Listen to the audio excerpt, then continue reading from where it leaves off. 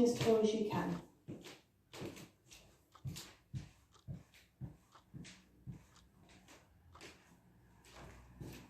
Oops. Okay, so we've done some chair exercises, we've done a few with the band, we've done some of the exercises that you do in a circuit session, which you can do at home. Throwing the ball, or just pushing those arms forward and back. Up over the head, down. A bit of a swing through the spine at the same time. Arms out and in. Your box, your big box step. Over the river.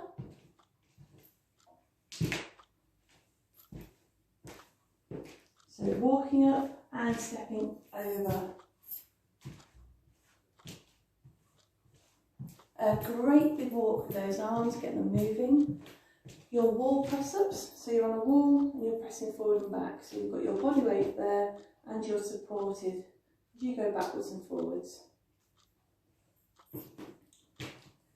Ta-da! So opposite arm to leg, and you can start to make that one as big as you want to. This is one that we do in the chair. You're going out and stepping back. And the other way.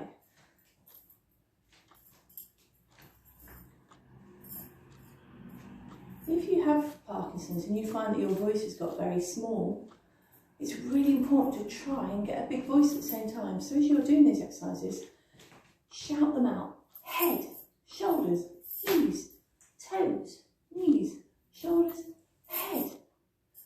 Really try and project and get some breath there and make some noise. Ta-da! All these movements are going to help you to keep mobile. So, onto the balance. You will probably need a chair to start with this one. You're going to stand on one leg and you're going to take the other leg off the floor so that you're lifting up and standing tall. Now, if your balance is quite good, you can manage to let go or just have fingertips. But you're trying to stand tall, shoulders relaxed, standing on that one leg and counting to 10.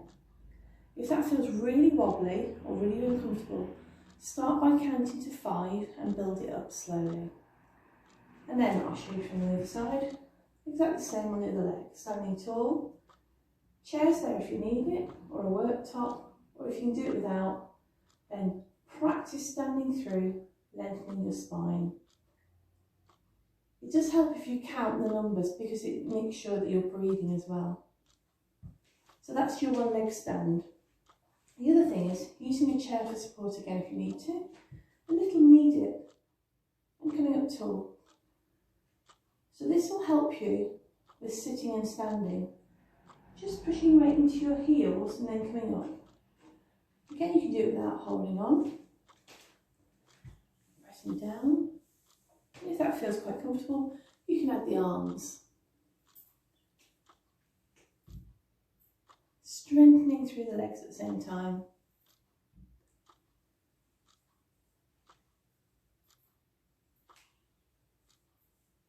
Start with 5, build up to 10, and then try and do it a couple of times a day if you can. It won't take you long to do these exercises if you split them into little groups. But they will help you to stay mobile and more importantly help you to stay strong and balanced. So one that's really quite uncomfortable for some people is a tandem stand. So you're going to place one foot in front of the other, take your weight into your front toes, into your back heels. Feel a little bit wobbly as you go forwards and backwards. Then find the spot between the 2 feet where it feels as if your body weight's right through the centre, shoulders relaxed. And you're going to hold it there and count to 10.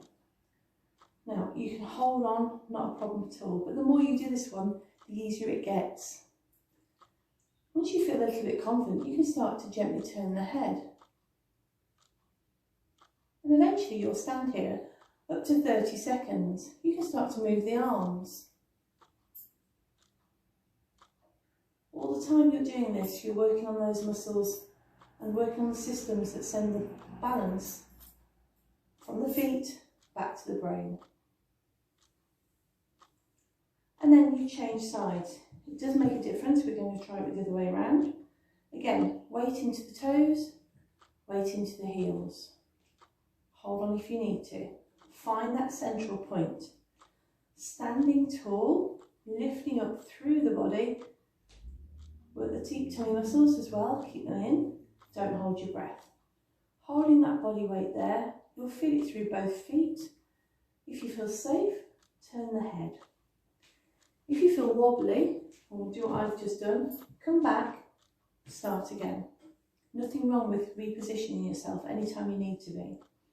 And if this makes you feel really unsteady, then just make sure you've got something solid to hold on to. Once you're ready, you can start to move other parts of the body at the same time, and you'll be able to build that up to standing there for 30 seconds. So that's your tandem stand. The next thing to do with it, if you can, if you've got a blank wall or a kitchen worktop,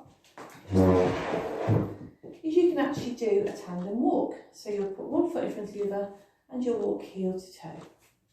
If you can do it without holding on, wonderful. If you need to hold on, not a problem. Now, then you're going to walk backwards, heel to toe. You might feel wobbly at first, but with practice you'll get much better at those, and you'll start to feel that you've got more control of your balance. So forwards and backwards. But first of all, hold on. Start with standing for 10 seconds. Build it up to 30 seconds. Do both sides, so one foot in front of the other. And then when you're feeling a bit more confident, you do your heel-toe walk.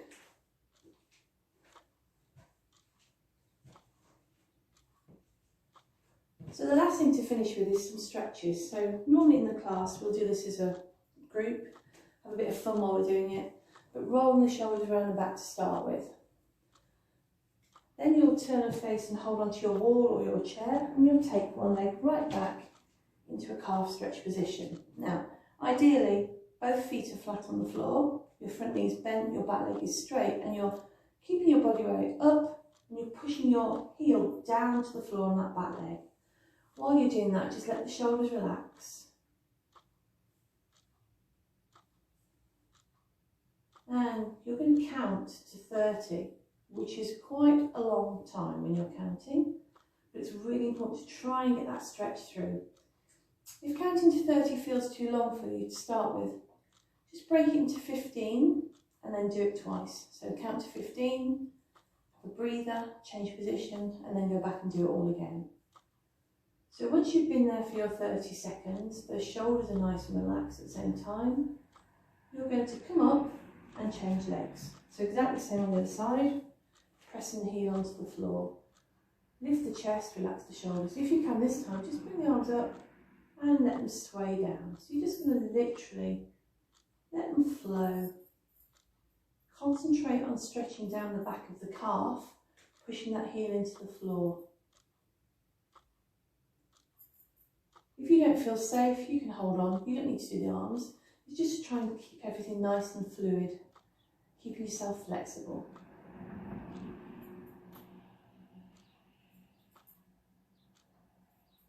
At all times, make sure you feel safe.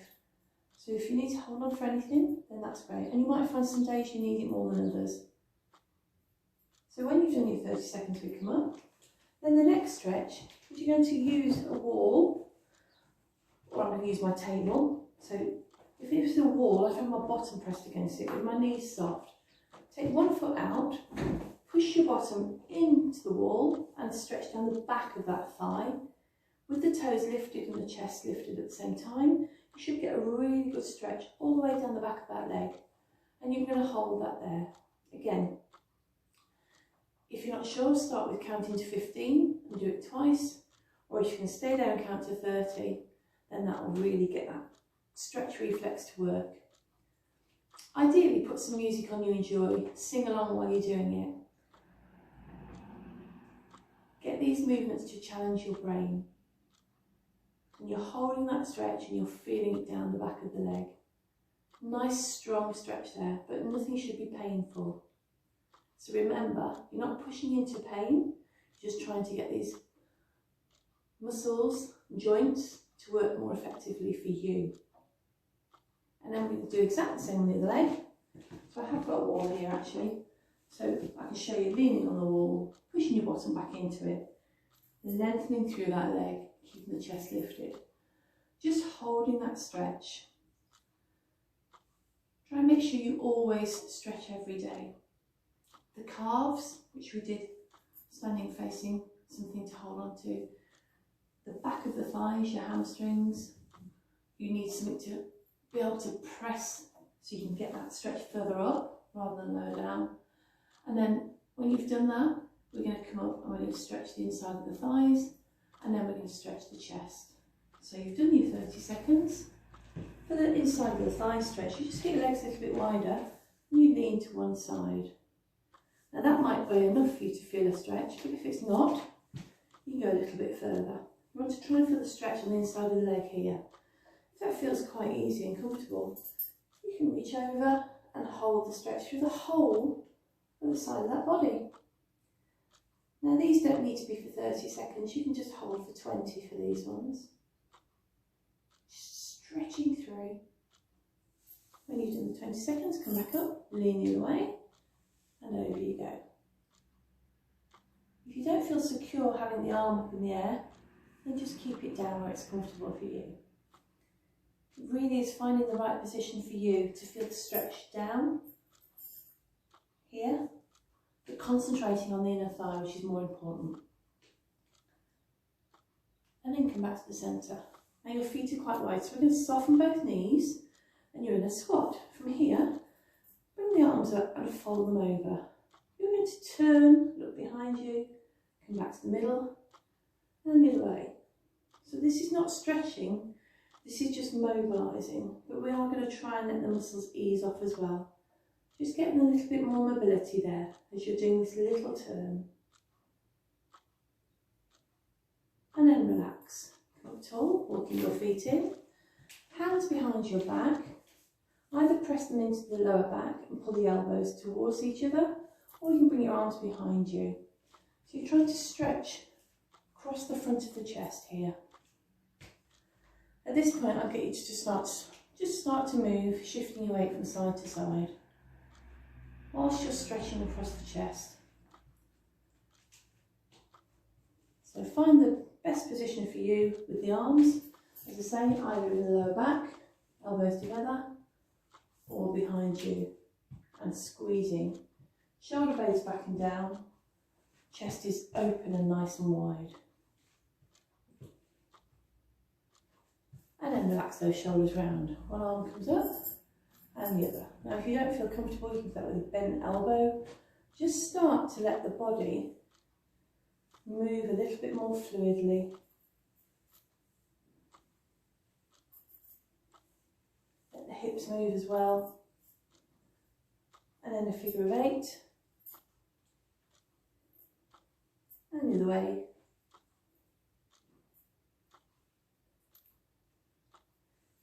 Shoulders back and round, check the posture, give yourself a great big clap and well done. Hopefully these exercises will help you. If you've been to the classes, they'll make a lot more sense. If you haven't, enjoy, have a play, see what you can find to use. If you haven't got a band or a ball, you don't need them, you can just adapt. Just try and move every day. The biggest movements you can, make them bold, make them work for you.